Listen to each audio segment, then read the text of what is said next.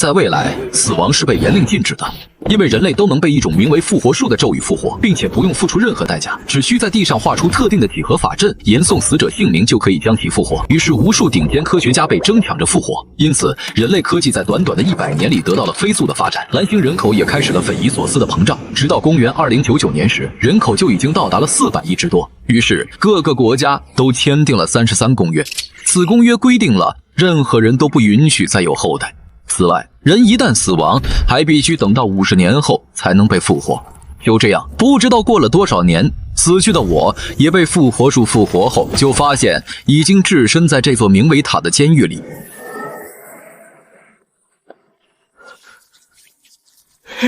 活了，总算是活了。什么情况？我不是死在元婴期的雷劫之下了吗？难道那呼风唤雨的几百年只是一场黄粱大梦？嘿，兄弟别愣着了，是我复活你的，快说你叫什么名字？不记得了，聒噪。这是哪儿？你连自己叫什么都不知道了？那你总该记得自己住哪儿，家里还有什么亲戚朋友吧？快告诉我！一直在打听我的出身，这人有问题，不管了，先将他制服，然后问个清楚。糟糕，我的元婴期修为消失了。说你呢，回话呀！你叫什么？住哪儿的？真不好意思，我头实在是疼得很。你就配合下不行吗？你为什么不配合呢？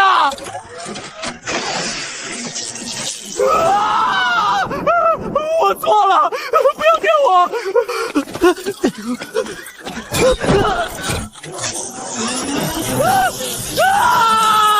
不要！被复活者邓斌生于2035年8月1日9时13分，出生地为东南亚，华裔。这就是能将人凭空复活的法术吗？你刚刚之所以被电，是因为没能问出我身份，对吧？按规定，我只要没问出你身份，就要被塔里的机械手给电死，在之后就要轮到你了。轮到我？什么意思？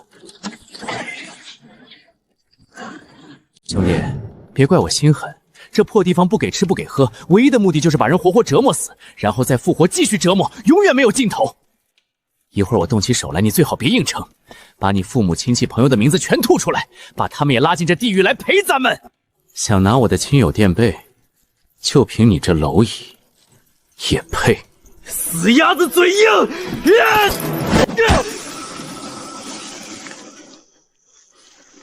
继续啊。你不觉得疼？我虽修为尽失，可仍是元婴期大能的神魂，只需一念之间，便可彻底封闭自身五感。这种凡体上的痛苦，对我来说，挠痒痒都不算。大哥，你这是什么法术？求求你教教我！你这么想学我这门法术，我猜是因为你也会跟我一样被折磨。这种折磨是轮换着来的，现在是我折磨你，但过个10-20年可能就换别人折磨我了，然后这样再过个10-20年就又换成我折磨别的人，永远没有止境。这里是哪里？不清楚，我只知道这地方被叫做塔，然后所有被关进塔的人都要一直这样被折磨。塔里面待得最久的人，据说已经被关了有2000多年了。2000多年？哪怕这儿的人能一直复活，但时间久了也会被逼疯吧？是会疯的，但人死后再复活就恢复正常了。看来这复活人的法术不仅能助人重塑肉身，还能刷新被复活者的精神状况，怪不得这人变脸这么快。我还有个问题，你连我名字都不知道，怎么复活我的？我的穷举法，要想复活一个人，并不是一定得知道这人名字，只要你知道这人的生属年月或者经历，就能借助这地上的几何图案把人复活了。我复活你的时候，我给的前提条件就是姓程的男性，生于1999年2月23日1时13分。如果在这1分钟内刚好就只有你一个姓程的人出生，那么你就能被复活了，哪怕我从没见过你。而如果没能复活，那我就会再换个姓氏，一直到100家姓都被试完为止。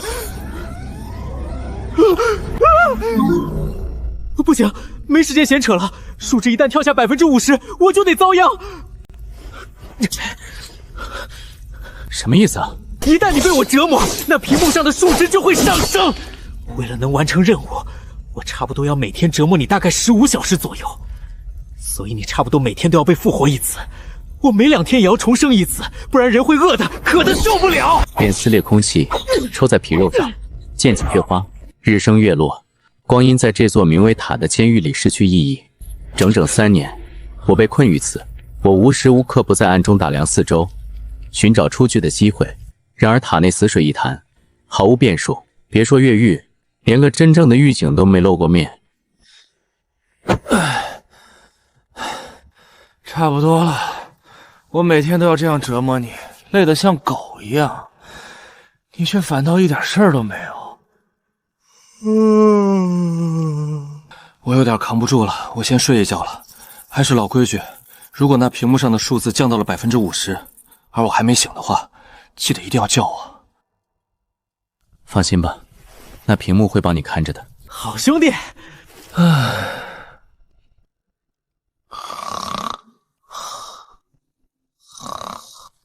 3年了，这里的情况已经摸索的差不多了，希望染血秘术能带我逃离这里。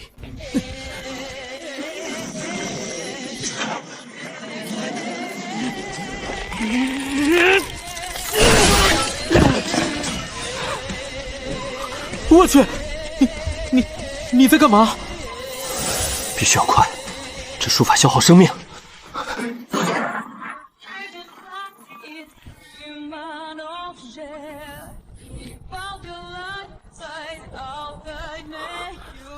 有人！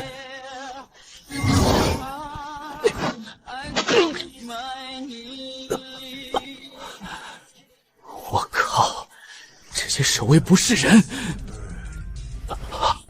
复活者，姓氏程，生于1999年2月23日1时13分。兄弟，你刚刚是怎么跑出去的？这座塔里边的守卫有问题。你连这都看出来了？怎么，这秘密你早就知道？我也是听人说的，这座监狱里的守卫都不是人，不过因为跟人长得太像了，所以我们都会叫他们伟人。单凭那些伟人的速度以及作战能力，我至少需拥有筑基期以上的实力才能与之抗衡。怎么办？死而复生后，修为也会随之烟消云散，根本没办法在塔中苟着修行。还是多了解了解情况，伺机而动吧。你可清楚你在这监狱里边待了多久了？按规定是每10年到20年轮换一次，我就按每轮15年来算。我应该是被折磨过总共6次，至于我折磨别人，不算上你这回，总共是5次，加一块就是11次，也就是11乘15等于165年。那在这165年里，你可见过有人能从塔里活着出去的？没有。我觉得光靠我们自己是不可能逃出去的，要想出去，还得要塔外面的人配合才行。我觉得希望不大，毕竟有人在这塔里待了2000多年。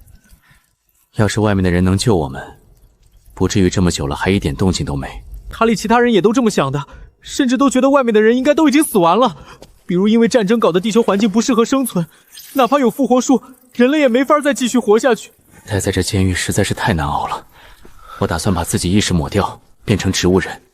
这么一来，哪怕我要在塔里待上几十上百年甚至上千年时间，也不过是弹指一挥间而已。你能抹掉自己意识怎么的？我精神力天生比普通人强很多很多，所以我能轻易做到这儿。例如让自己感觉不到疼。你这能力是天生的，那就表示我学不来了。所以我才一直都没把这能力交给你，不是我不愿意，是真没法子教。再然后就是我担心我脑死亡后，监狱里会突然发生变故，到时候你一定要记得把我给杀了，这样我就能死而复生，然后恢复意识了。作为回报，如果我们真从这里逃出去了，我会传授你修行法门，让你能通过修行成为仙人。你被复活前到底是干嘛的？我答应你，一旦发生什么变故，我就会在第一时间把你嘎了。不过你也别忘了，你承诺的，必不会忘。时间流逝，我在不知不觉间度过了10多年时间。这一日，我被折磨致死并复活后，就发现所在房间的电子显示屏上竟莫名多出了一串正在读秒的倒计时。喂，醒醒！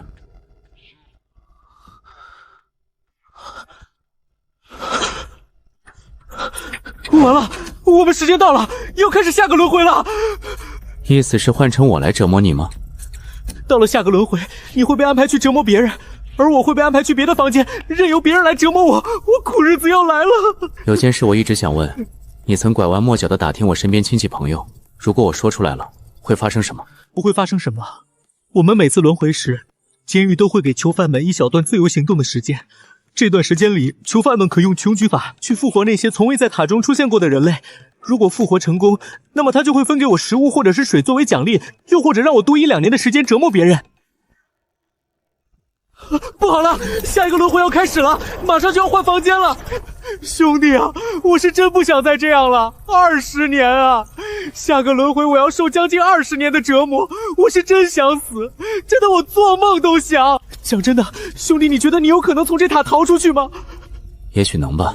那你一定要记着，我求你记着，我叫邓斌，文武斌，出生在2035年的8月1日9时13分。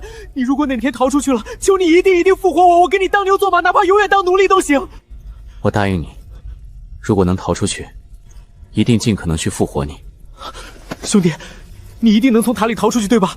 你一定能的，毕竟你是修仙的，你有那么多能力，你不是普通人，对，你不是普通人。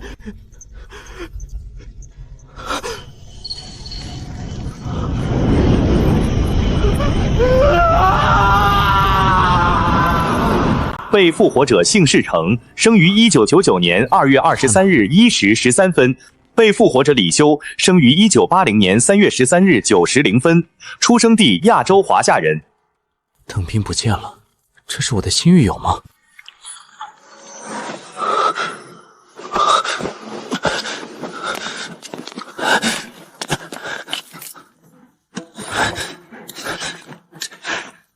这个人神神秘秘的在干什么？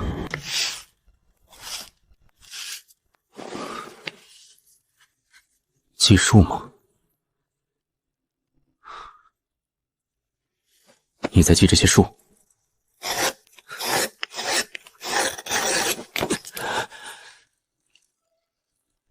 我怕你把那些数字都抹掉，所以就一直在抓紧时间记。问题是我并没像你说的那样做，这说明你应该才刚来监狱没多久，你心理状态还是相对较健康的。那你记这些数有什么用？算是怪癖吧，我天生就对数字比较敏感，在被折磨的时候，为了能让时间过得快一点，我会用数数的法子来转移注意力。这真的是怪癖吗？还是另有什么原因？相比起之前的狱友邓斌，李修很明显要沉默寡言许多。见我不再开口，他便也始终保持着沉默不语。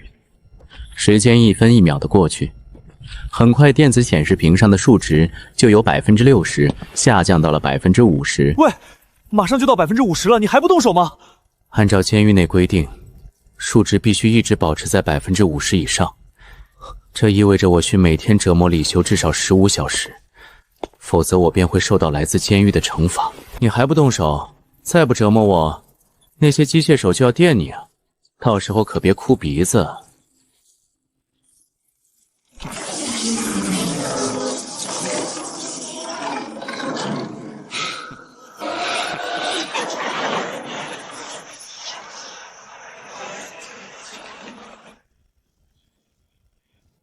被复活者姓氏成，生于1999年2月23日1时13分。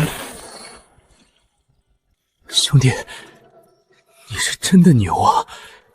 你感觉不到疼吗？你之前写的那一连串数字到底有什么作用？一开始怕你心理健康是装出来的，所以没敢跟你斗底。但现在我放心了，你心里确实没任何问题。所以呢？所以我打算跟你合作，而刚刚那些数字是我来监狱的具体时间，准确到秒的那种。你之前共写了6组数字，如果是记录时间的话，那么这些数字对应的刚好就是年月日，还有时分和秒。不错，根据我总结出来的规律，监狱里的每次轮回，其间隔时长永远都只会是整数，且只会在10年到20年之间变动。可以是11年、12年、19年或20年，但绝对不可能是11年又3个月这样的数字，能听懂吗？懂，你继续。比如我刚写的数字是39、8、15、14、22、50时，那么相对应的，我们这次轮回开始的时间就是39年8月15日14时22分50秒。假设我们这次轮回前后总共间隔有15年，那么下次轮回开始的时间就是54年8月15年14时22分50秒。这到底有什么用？如果我能靠着时间从监狱里边逃出去，你信吗？被复活者李修，生于1980年3月13日9时0分。被复活者李修，生于1980年3月13日9时0分，出生地亚洲，华夏人。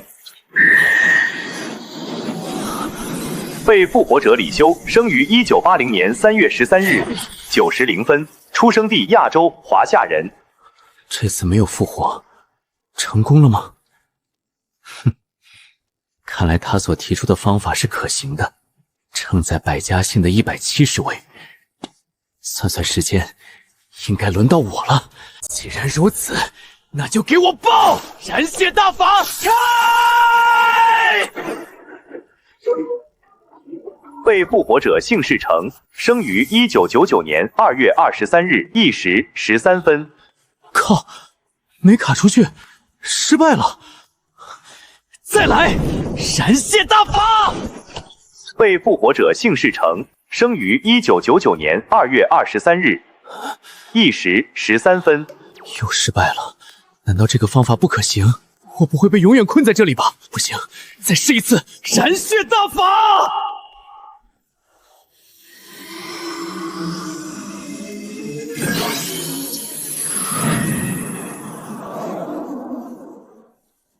我去，我的灵魂怎么飘起来了？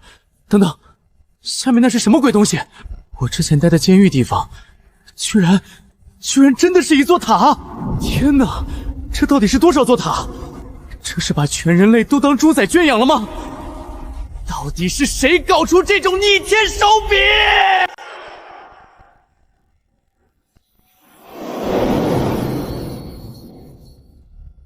被复活者姓氏是成，生于1999年2月23日1时13分。别过来，走开！你们这些吃人的妖怪，死变态，别碰我！保安，赶紧把那个疯子摁住。下一位。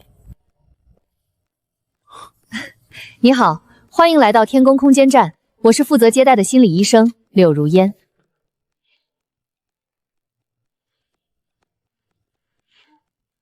你是第一次被复活吗？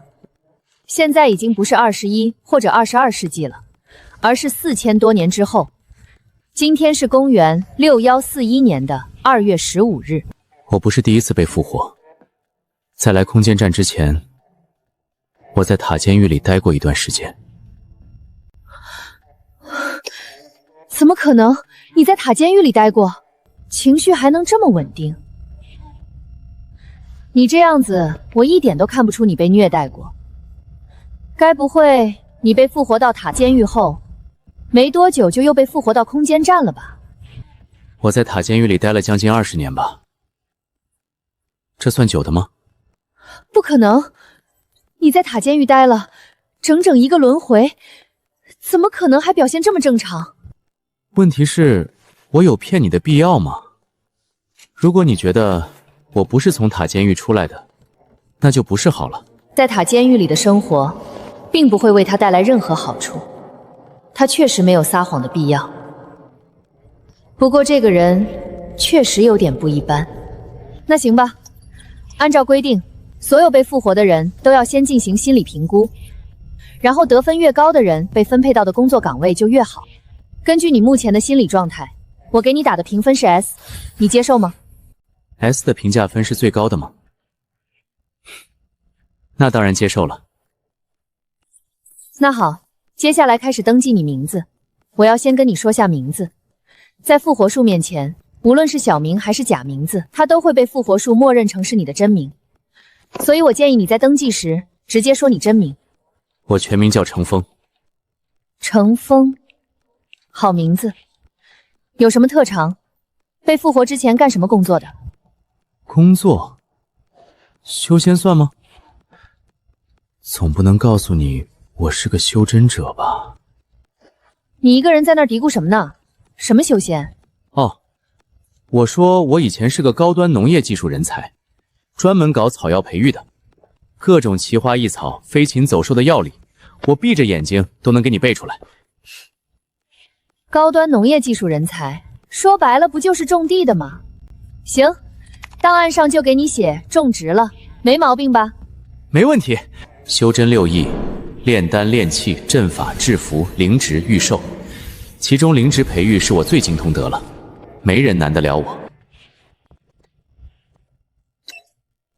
行了，你的指纹已经录进系统了。在空间站，所有人的日常消费用的都是积分制，然后不管干什么，几乎都会消耗个人积分。就比如吃饭、喝水、洗澡、上厕所。上厕所也要消耗积分？这么夸张的吗？你以为呢？这儿不是地球，这是外太空，甚至就连你呼吸也同样要扣积分，直到归零为止。那要是一个人积分归零了，会发生什么？会把你绑到电刑椅上，然后电死你。不出意外，要不了多久你就会复活到塔监狱里边了。你也不用太过于担心这一点，日常消费很低的，普通人能工作1天赚的积分，最少也能在空间站待个5天左右。这儿待遇居然这么好。但我从接待室走到这儿，一路上碰到的人好像都在拼命工作，也没看到哪个偷懒了。积分除了能用于日常消费，还能让人日夜不停地念你名字，还有出生年月日，直到你被空间站复活，又或者积分消耗完为止。所以这儿的人才会个个都拼了命的工作。懂了，多谢柳小姐告知。我也就是看你长得好看，然后气质也有点特别，所以才跟你说这么多。你要是也喜欢我，记得晚上联系我。啊，这6000多年后的女人都这么生猛直白的吗？还是说我的三观已经跟不上时代了？你昨晚干嘛了？都不来找我。女人只会影响我赚积分的速度，我很忙，没空玩过家家。装，给我装是吧？你这种人我见太多了。我是真没跟你开玩笑，我真的很忙，所以你的好意我只能心领了。好吧，那我带你去上班。像这种绿植区在空间站里边还有很多，主要是用来净化我们呼吸排出的二氧化碳，然后通过光合作用释放出氧气。二氧化碳密度比空气大嘛，所以这些绿植区基本都建在空间站的最底层。好了，接下来就是办正事了。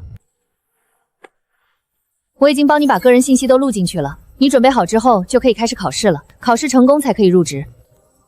那直接开始吧。行。我看你个人档案之前搞过种植是吧？是的，略懂一些。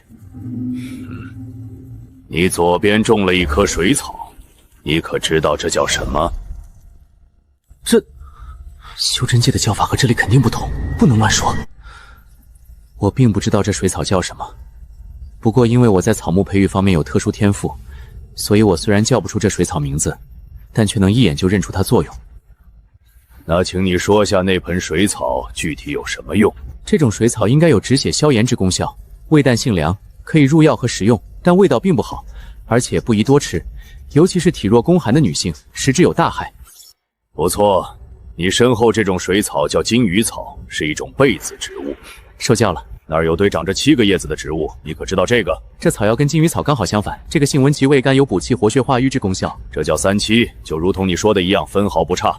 你叫程峰是吧？你以后就是031号灵芝区负责人了，有什么不懂的，记得多问多学。我记住了。那就这样吧。我去，你真可以啊！你可知道负责人一天能拿多少积分？一天应该能有个1000左右的积分吧？我一天也就能拿200左右的积分。1000嘛，还可以。这里植物中多少还带着些灵力，虽然不多，但足够我买入修行门槛了。程峰，既然你通过了工作测试，那我就去上班了。再见。都走了，终于可以偷偷的修炼了，尽快提升实力，才能在这个地方自保。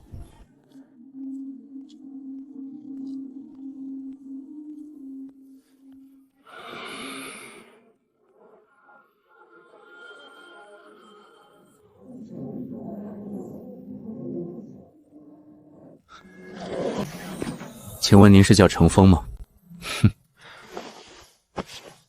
是我。怎么了？是这样的，我是分立会的人，来找你是想邀请你加入我们，不知道你有兴趣没？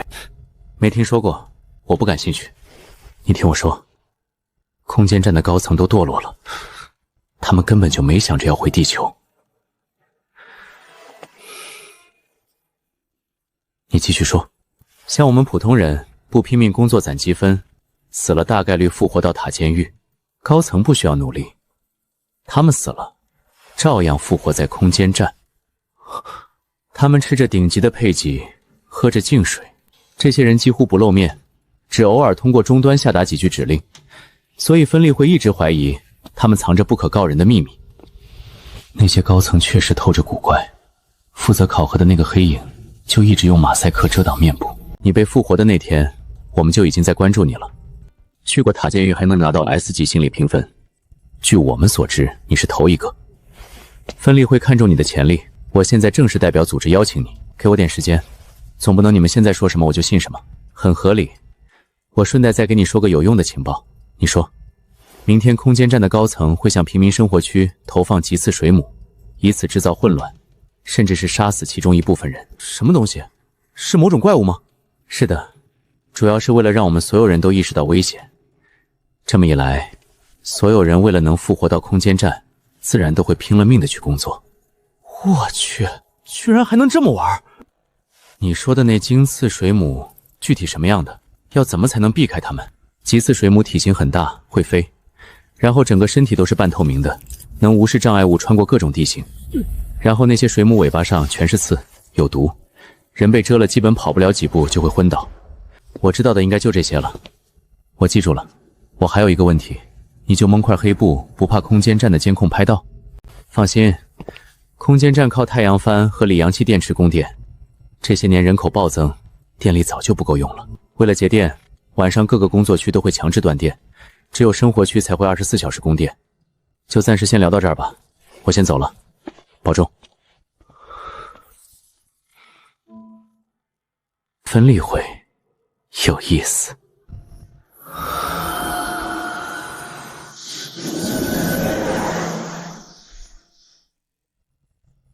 终于到了炼气初期，该走了。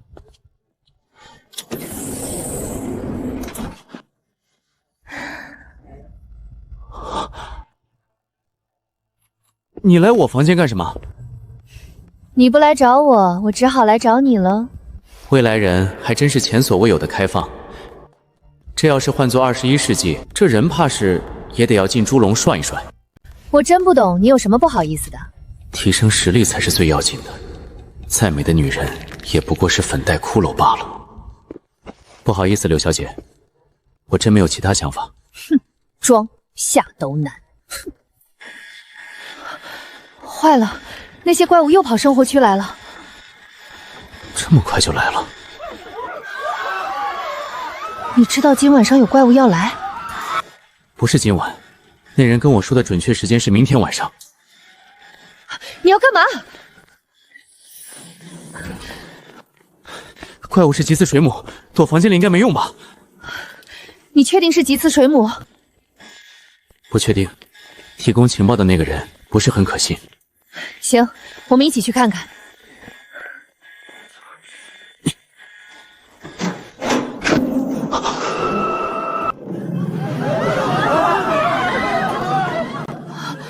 还真是棘刺水母，快走！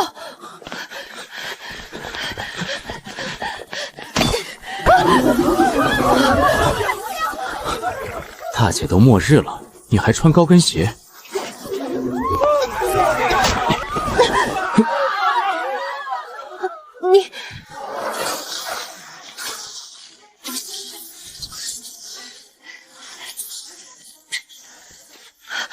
你跑这么快，跑慢点就走不掉了，我们得赶紧去安全区。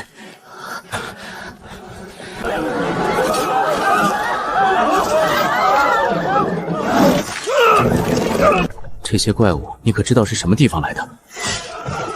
不清楚，反正自从空间站建成后没多久，这些怪物就开始出现了，然后一直到现在都没人能想到怎么对付他们。空间站里边应该有很多高科技武器吧？那些也不行吗？没有，那些水母就好像是不存在一样，无论什么样的武器都没法碰到它身体，除了人。人类不用武器的话，怎么可能对付得了这些怪物？每次有几次水母出现，空间站的高层都只能干看着，然后等这些水母吃饱之后自己走掉。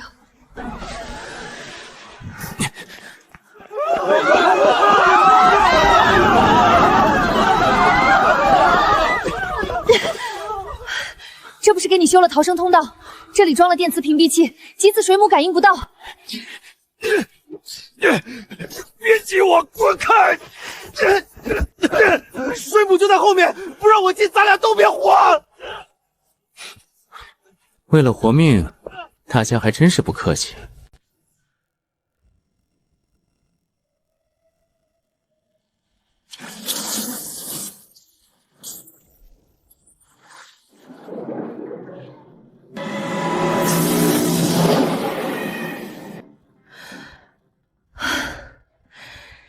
几次水母应该是吃饱了，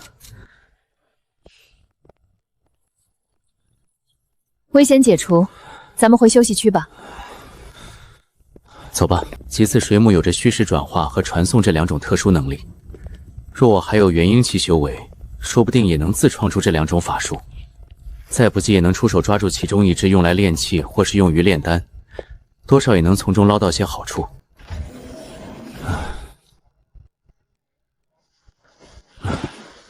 看来这空间站也不安全。今天几次水母，谁知道明天是什么？是谁？难道是柳如烟？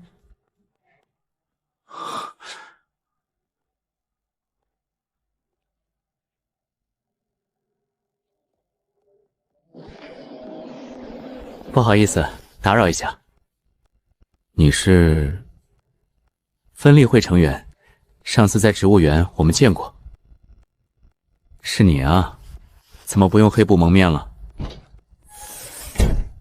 第一次接触总是要保持神秘感的。你果然跟别的人不一样。几次水母出现那晚上，你带你女朋友居然能跑那么快。你们在监视我？那晚上你跑那么快，我们有人注意到你不是很正常吗？很好，下次别注意了。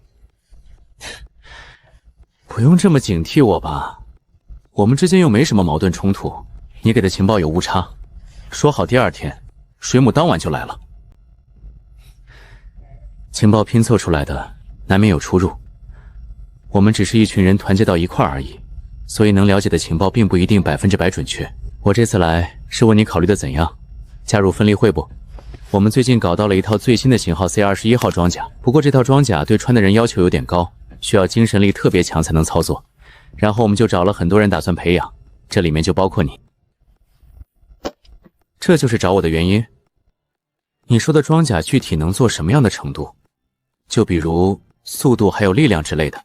动力装甲不擅长速度，主攻破坏力和防御力，穿上它还能适应各种极端环境。有兴趣吗？还行吧。我听说 C21的最大出力抵得上5辆旧时代的 SUV。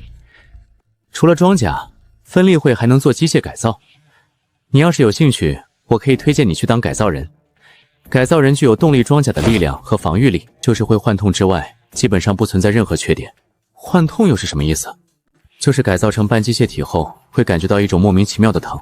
这种疼并不是实质性疼痛，而是你大脑产生的幻觉。你们知道哪能弄到符神、大吉和消石吗？年份越久越好。你要的消石倒是好弄，只要愿意花积分，在黑市上应该就能买到。不过符神和大吉是中药吧？你是管绿植区的，你都没有，别的地方更找不到。炼制筑基丹的辅料都齐了，偏偏卡在这2味药上。就没有其他的办法吗？空间站的各种设备每年都会有损耗，所以要想维持空间站运行，就得不停从外界补充物资，这些都要人开拖船去地表上运回来。你倒是可以去看看有没有你需要的东西。让我开拖船去地球？问题是我不会啊。这你放心，等你上了拖船，会有人教你。基本上几分钟就能学会。到了地球之后，你先把要收集的物资都收集了，剩下的时间就可以用来找你需要的东西。那我去了地表之后，是不是要防着点什么？毕竟人类一直都待在空间站，那就说明地球上肯定是危险的。地球上有种叫丘脑哨兵的怪物，用4足爬行，全身上下都覆盖有黑颜色的甲壳，一般只会在晚上的时候出现。这种怪物有什么特别的吗？他们的战斗力很强很强，哪怕是激光武器也很难伤到他们。遇到了那些怪物就只能跑，但逃跑的前提是你得接受过改造手术，不然你跑不过那些怪物。怎么样，你要不要改造一下？以你的身体机能肯定会是最完美的改造人。就不能给我弄台机械动力装甲吗？那改造手术我有点不太能接受，拖船的载货量本来就没多少，如果非要硬塞进去一台机甲，那就基本没地方用来装物资了。所以拖船的驾驶员一般都是改造人，没谁说带机甲下去的。怎么，你该不会是怕手术之后的幻痛吧？我记得你复活到空间站的时候，不是拿了 S 的评价分吗？怎么连个手术都不敢了？我也得要交底牌了，不然我去地表还不得少个胳膊少个腿啥的。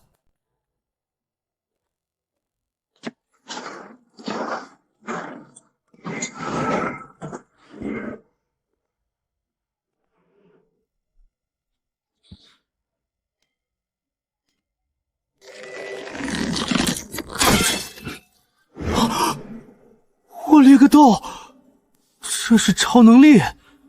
你天生的，还是说经过了后天锻炼的？两者都有吧。总之我各方面身体素质都要比普通人强很多，所以我不进行改造手术，直接到地表去没问题吧？你这情况太特殊了，我得先回去跟其他人商量一下。不过你放心，这事我只跟分立会的几个核心成员讨论，不会泄露秘密的。能给个准确时间吗？讨论具体要多久？拖船要多久能准备好？1个月之内，1个月之内我肯定给你安排好，这样可以吗？可以，那就一言为定。一言为定。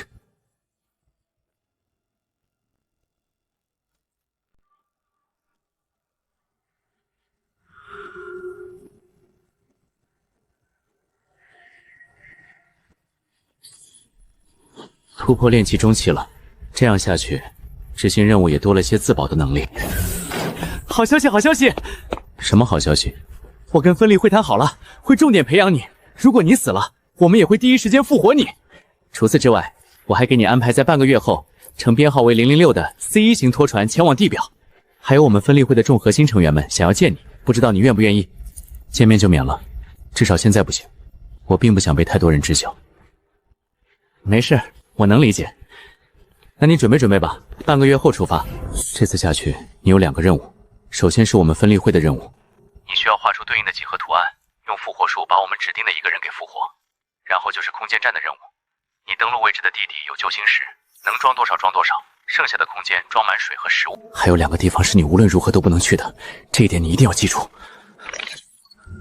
哪2个地方？第一个是过去的城市遗址，因为塔监狱建在那儿。那片区域有很多伟人在活动，你过去基本就是找死。第2个地方看着和大脑有点像的丘脑核心，丘脑哨兵白天就在里边，注意不要惹到他。好了啊，注意安全，一定要活着回来。5、4、3、2、1，起飞。C6141年4月3日5时21分0秒，轴向对接分离加速完毕。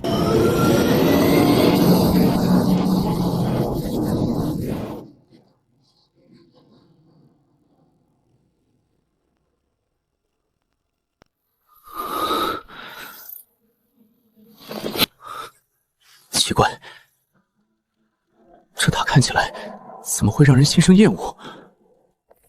你应该也感觉到了吧？那些塔只要稍微多看几眼，人就会觉得难受。还真是，这是精神污染吗？你看着难受，大概是因为他们被设计成了跟我们人类审美完全背风而驰的样子吧？我又不是研究这方面的，所以就没法跟你一点点解释了。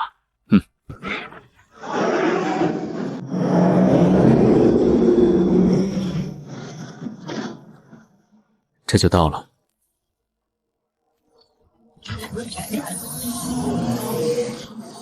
好浓郁的灵气，好像回到了修真界。应该是人越少的地方，灵气便越是浓郁。看来这里已经很久没人来过了。要不是晚上太危险，我还真舍不得走了。程峰，到了地表之后，你启动探矿机就可以。探机找矿得花个半个小时，找到矿脉会亮绿灯，之后让它自己挖就行。所以探机找矿的时候，我是能自由行动的吗？只要不离开太远就行。要是被地底人看到，探机没人守着就会来搞破坏。地底人，地底人都是从塔监狱跑出来的人类，他们脑子都有问题。什么问题？难道是智力有问题吗？地底人会把痛苦当做一种享受，而且这种享受不是什么幻觉，都能让他们大脑分泌多巴胺。就算是死而复生后，他们还是依旧如此。这也太夸张了吧？那塔监狱对地底人来讲，不就跟天堂一样吗？所以塔监狱从来都不会去复活地底人，那里面关的就只有我们这样的正常人类。你刚不是说了吗？地底人和我们一样，都是从塔监狱跑出来的人类。那为什么空间站的人就不能有地底人那样的能力呢？地底人的能力确实是能通过某种办法后天得到，不过空间站高层并没把这法子公布出去，他们嘴严得很，哪怕是我们分理会的人也打听不到。这高层到底在想什么？这方法一旦公布，塔监狱不就拿我们人类彻底没办法了吗？谁知道呢？不多说了，已经到5点了，你快去找你需要的药材吧。再不走，秋挠哨兵就要出来了。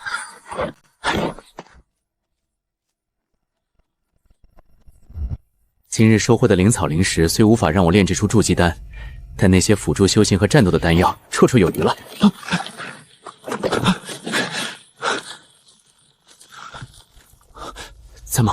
在吗？能听到这声音吗？别再往前面走了，这声音听着像丘脑核心发出来的。问题是我拖船就在前面，不往前走，我怎么回空间站？那就动作快点，只要不天黑，哪怕你离那丘脑核心近一点，也是不会有危险的。能行吗？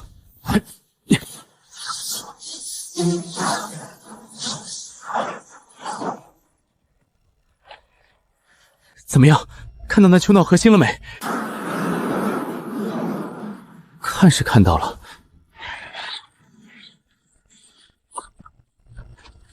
问题是那大脑把我拖船全裹进去了，这我要怎么办？我只能说你今天运气有点不怎么好。丘脑核心虽然跟及时水母一样会突然出现在有人的地方，并且他们出现时的位置都是随机的，但你这种情况也是很少见的。那我现在该怎么办？我知道你很急，但是你先别急，我找人问一下。喂，靠！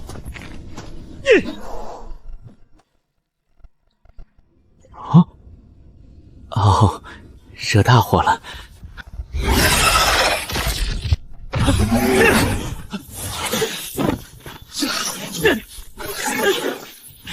曹景，你个混蛋，你给我出来！曹景，宋门道，你给我出来！信号断了，你他妈故意的吧？喂，程峰在吗？你总算回来了！一群丘脑哨兵在追我。没到晚上，他们一般不会出来的，怎么回事？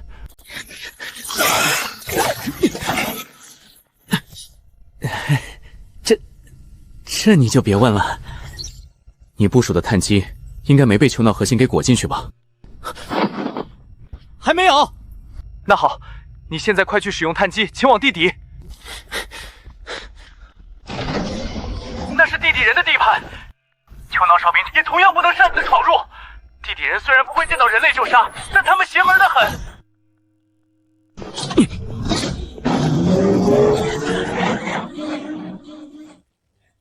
怎么个邪门法？你快去把探矿机功率开到最大，然后直管往下钻探，一直到把地表打通为止。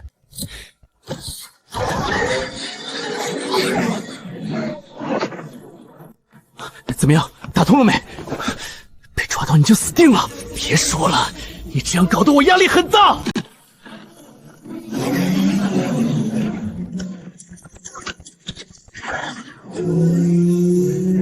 看一下矿机数据，下潜了多少米？大概800多米，还有200米。千万别让这些球脑士兵把矿机破坏了，否则回来会遭要罚款。这谁控制得了啊？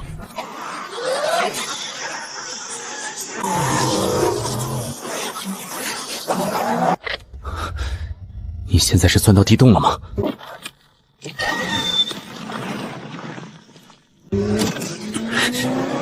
是的，快，赶紧拴好缆绳，跳钻井那边而去。你时间不多了。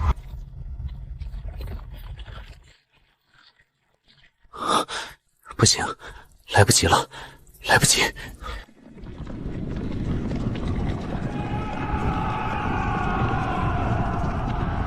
怎么？你打算直接跳下去？那碳基打出的井起码有好几百米深，你直接跳不会有问题吧？不管了，染血大法！守兵！完了，应该是骨折了。不行，球脑哨兵们还在我头上，再不走真就完了。染血大法！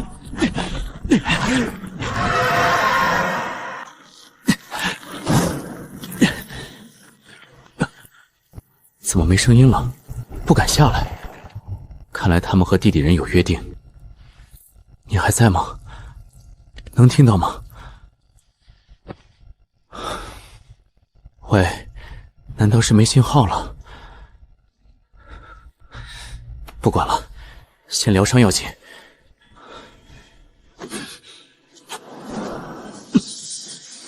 回春术。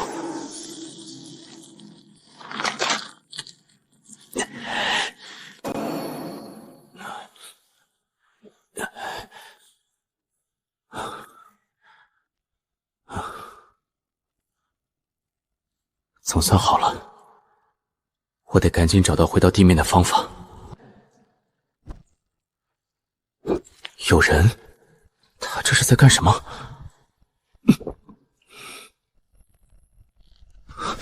这看着就挺疼的，看来地底人还真如传言一般。你好，你能听懂我说话吗？你是从地表上来的？对，我就是想问一下，你可知道怎么走才能到地表上去？我正要去打水，要不你先跟我一道？水？可以，刚好我也想搞点水喝。那走吧。你住的地方就在这附近吗？到了，我先喝口水。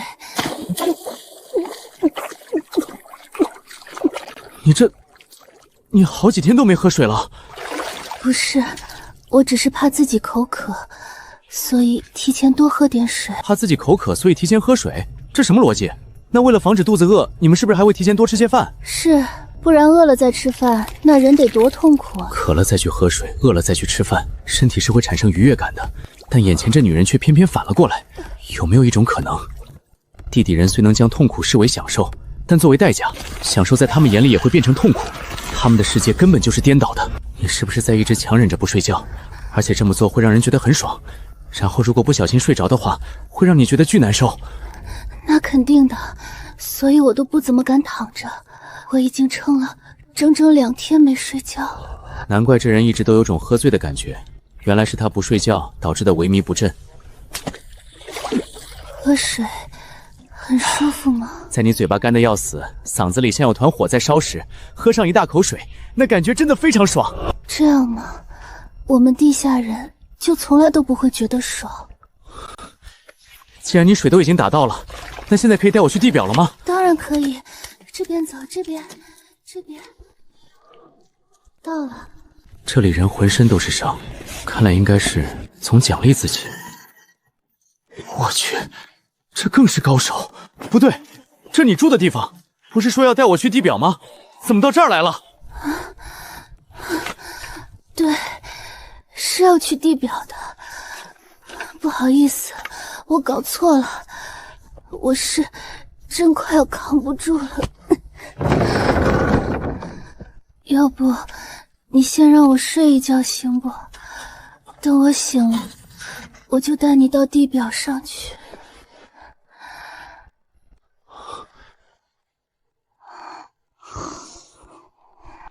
我去，醒醒，醒醒啊！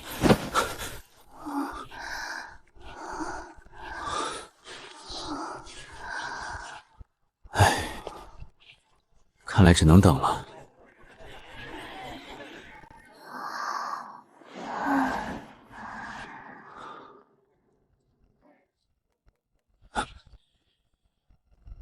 谁？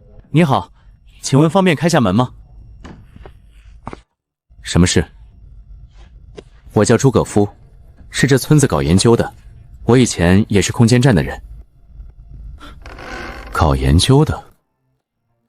其实你也都看到了，我们地下人能把痛苦视作一种享受。然后我就一直在研究这个，想不想看一下我研究的东西？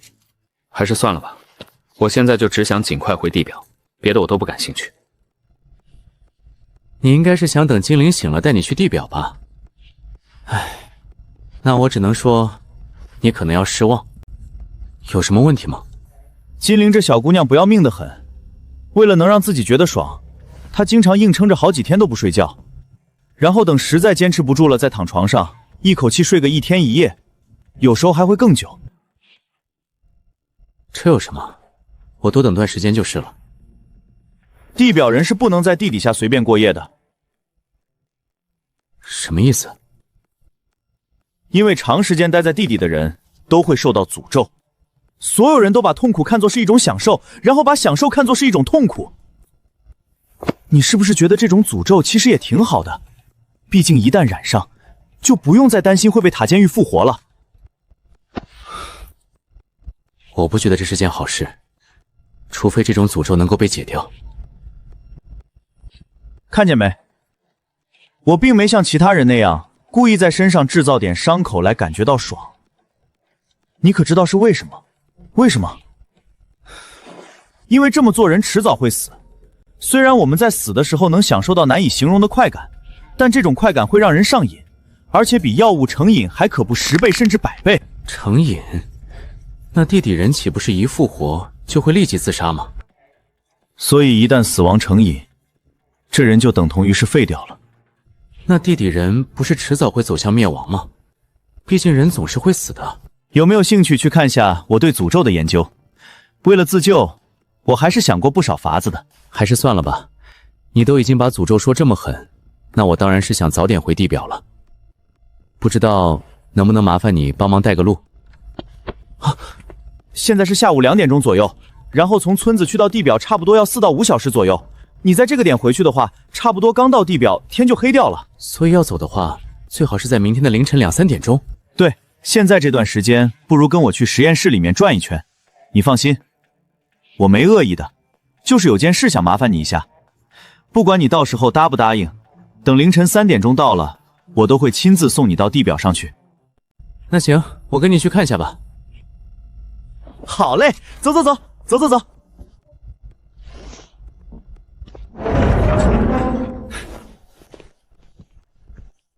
怎么样，还不错吧？确实牛，能在这地方搞这么个实验室，我想想都觉得不容易。我一个人肯定是搞不起来的，村子里的人也多少出了力。毕竟我建实验室的目的是为了研究怎么才能解除诅咒，还有就是寻找诅咒的源头。然后实验室里的大部分器材都是村里人冒险去城市遗址找的，另有小部分器械是跟空间站的人要的。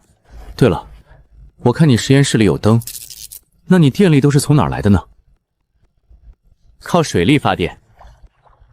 距离我们这村子不远处就有一条地下河。哇！虽然说我研究了快100多年了，都没能找到解除诅咒的方法，但我开发的次声波补器倒是成功捕捉到了地底的诅咒。捕捉诅咒？诸葛夫没回话，只是将全部注意力都集中在了那台次声波补器上。怎么样，想不想听下地底诅咒是什么样？不用了，万一不小心染上诅咒就麻烦了。怕什么？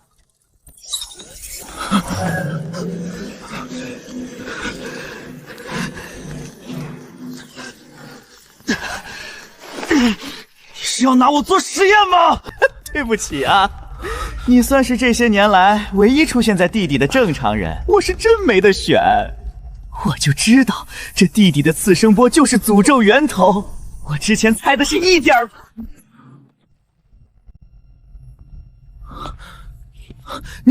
你是改造人？不对啊，我刚明明用金属探测器扫过你，你身上根本就没人工改造过的痕迹，你是怎么速度那么快的？还有你这力气，就只是踹了我一脚就能有那么大破坏力。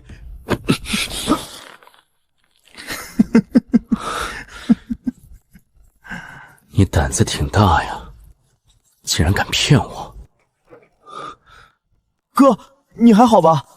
我没事，刚不小心把实验桌打翻了。你们忙你们的。那行，你自己注意点。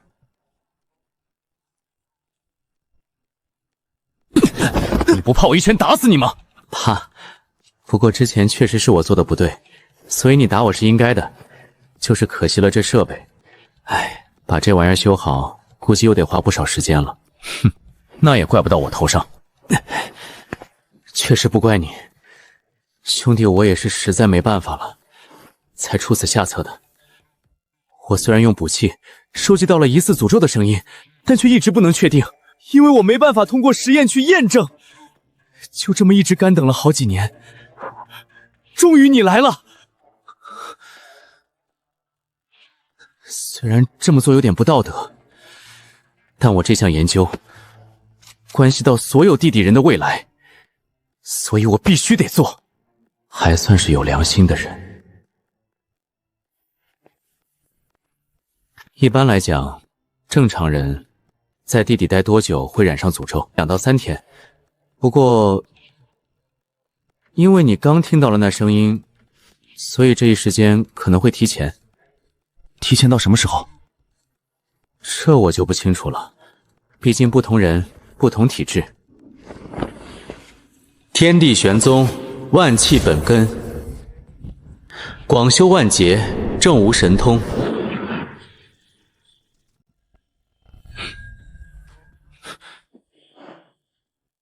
我时间不多了，因为你那实验，我大概会在10小时后就彻底染上诅咒，所以我必须现在回地表。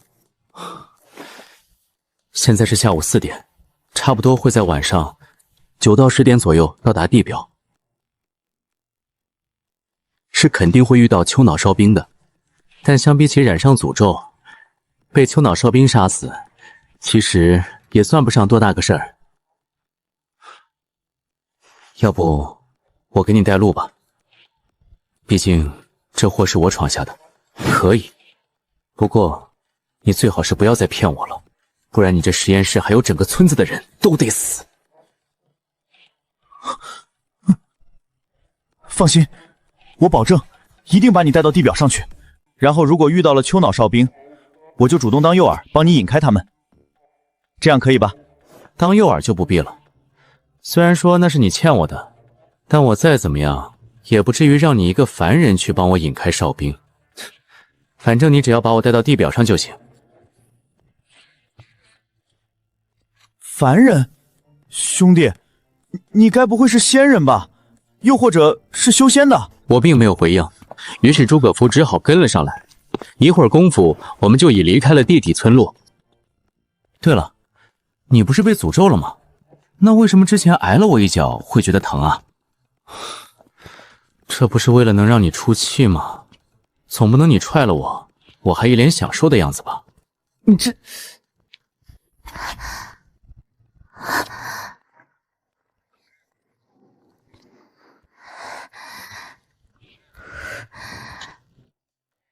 出来！不要等我动手！别动手，是我。怎么是你？你跟过来干嘛？我就是想去地表上看看，就看1秒钟我就立马回去。不都跟你说了吗？地表上有丘脑哨兵那些东西，弄不好你就死定了。我之前都答应过你身边这人了，说好睡醒之后带他去地表的，我总不能说话不算数吧？你……算了，带着他吧，不用你们上地表的，所以应该不会有危险。你跟着我们可以，但没经过我同意，绝对不能到处乱跑。咦，这么关心，金灵他不会还是个小孩吧？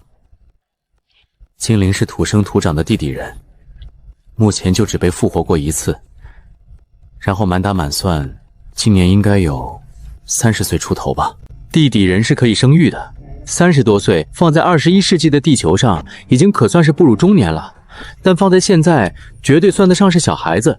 精灵加入队伍后，我们一行3人又继续往地表行进。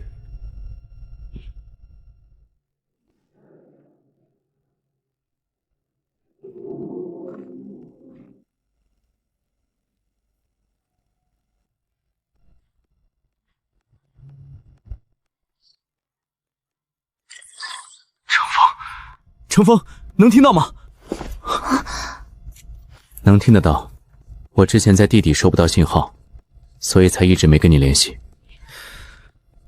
我知道，其他人都觉得你死了，一直在想办法复活你，但我却觉得你还活着，所以一直没启动拖船的自动驾驶。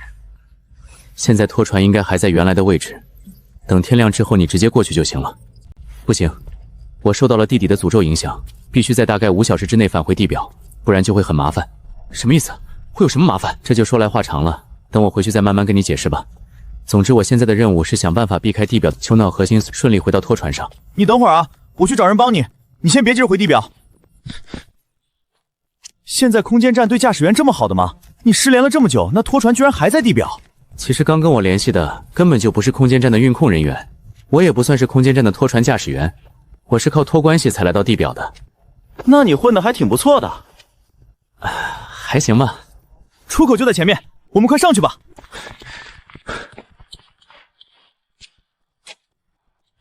喂，能听到吗？我刚让人调了台卫星监控设备，我可以用那东西找到你在地表上的准确位置。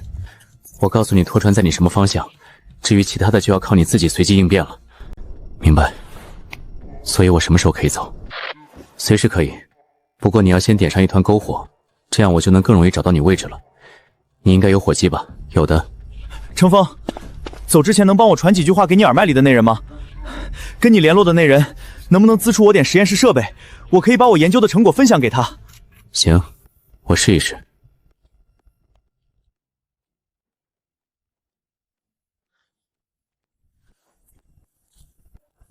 可以。另外，我还想跟你们建立长期交流。程峰耳朵上戴的那耳麦，能不能也给我一个？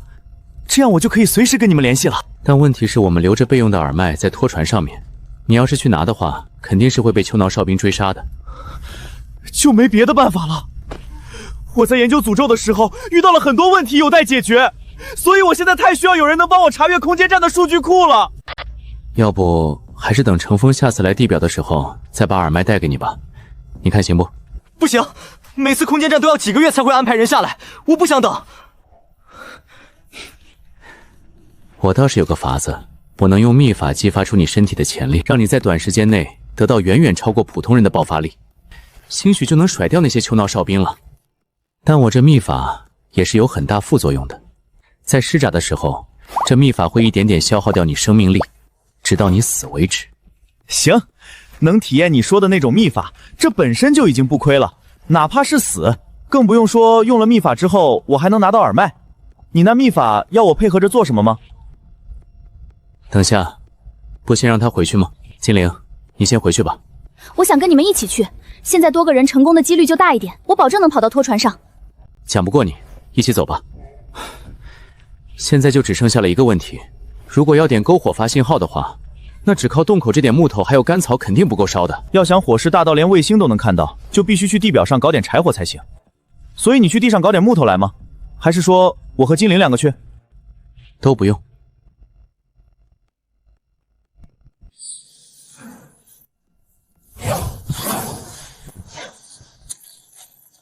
我的天，我看到了什么？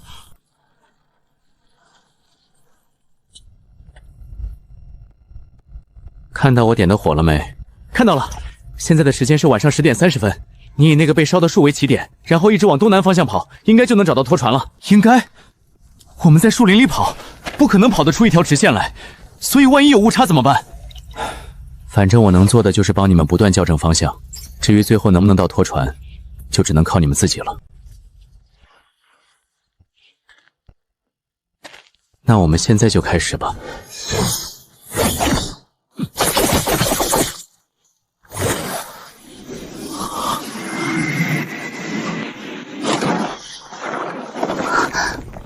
哇，这速度！不要再平白无故消耗体力了，你体力消耗的越快，死的也就越快。能听懂吗？我懂，我就是太激动了，不好意思啊。我没在理会朱可夫，而是用灵力化作黑针，刺激起金灵的周身大穴。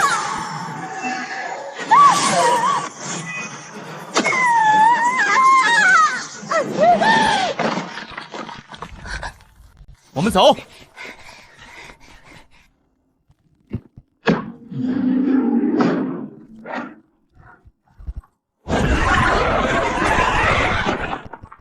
那东西就在后面，你们注意点。哨兵们的动作异常迅速，只不过短短数十秒钟就已追上了正在狂奔中的我们三人。眼见丘脑哨兵已近在咫尺，朱可夫急了：“乘风！”你们位置歪了，托船现在你们的正北方向，别搞错了。收到。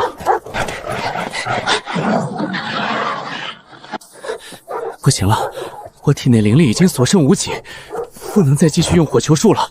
我拿命去拖住那些哨兵，你和金灵跑。如果金灵也死了，你记得做个明眼的标记，等我复活了就过去。好。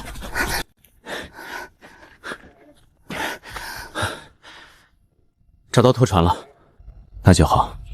跟你一起的朱可夫呢？他死了，不过金灵倒是还在。可以让他把耳麦给带回去，耳麦不重要，你直接把耳麦丢地上，再做个显眼的记号，然后让朱可夫白天自己来找，反正他应该是记得大致方向的。所以麻烦你去问下，看看那小姑娘愿不愿意走。没问题，金灵，你愿不愿意跟我去空间站？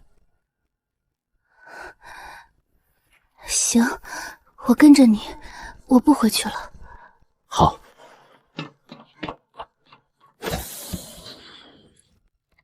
话说金灵，你打算怎么处理？让他一直待在空间站吗？那肯定不行啊！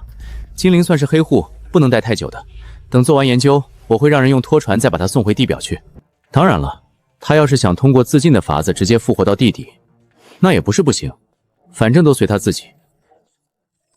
对啊，复活，要不直接把朱可夫复活到空间站怎么样？一来他能跟你们分享他研究成果，二来他本就一直想用空间站的数据库去查资料。你想多了，空间站里未经允许就私自复活他人，尤其是黑户，这属于是重罪，是要吃枪子的。行吧。C1614年4月4日23时44分3秒，轴向对接缓冲，请驾驶员同步飞行速度。对接完毕，驾驶员可以出舱。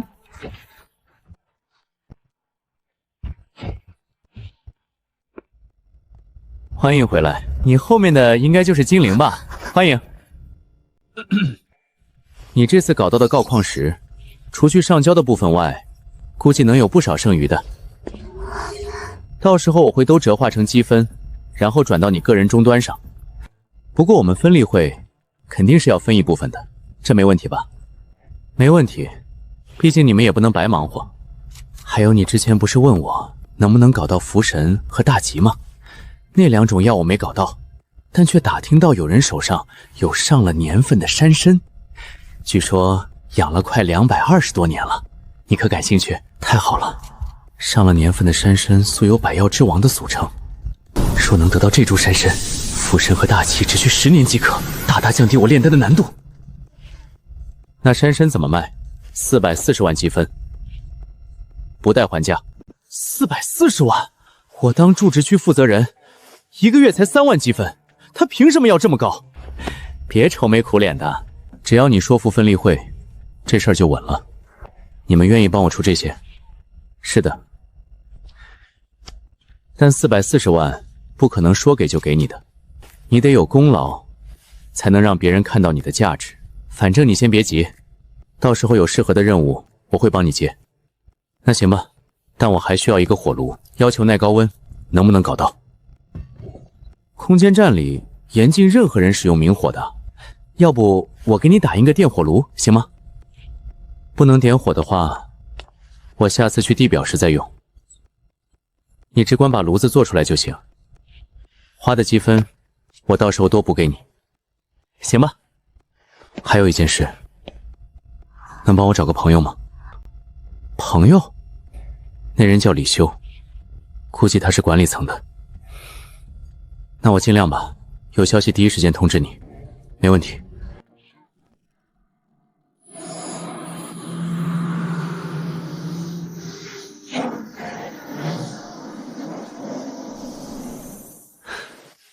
终于突破到炼气后期了。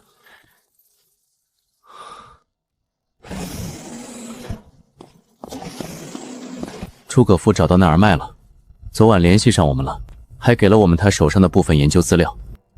那你们研究出什么名堂没？怎么可能这么快？先不说诅咒了，我这次来主要是想跟你讲下任务的事。有适合我的任务了？你听说过欧罗巴空间站没？居然还有别的空间站？当然有啊，你就不觉得奇怪吗？天宫空间站里就只有华夏人，黑人、白人都没有，连说其他语言的东亚人都没出现过。所以，华夏之外的人都在欧罗巴空间站那里？不是，现存的人类空间站总共有3座，规模最大的就是我们华夏的天宫空间站。4000多年前，漂亮国和其他国家建造的国际空间站，现改名为天堂空间站。再然后，就是欧罗巴空间站的。所以这次的任务是跟欧罗巴空间站有关。欧罗巴空间站被毁了。我去，应该就上个月的事。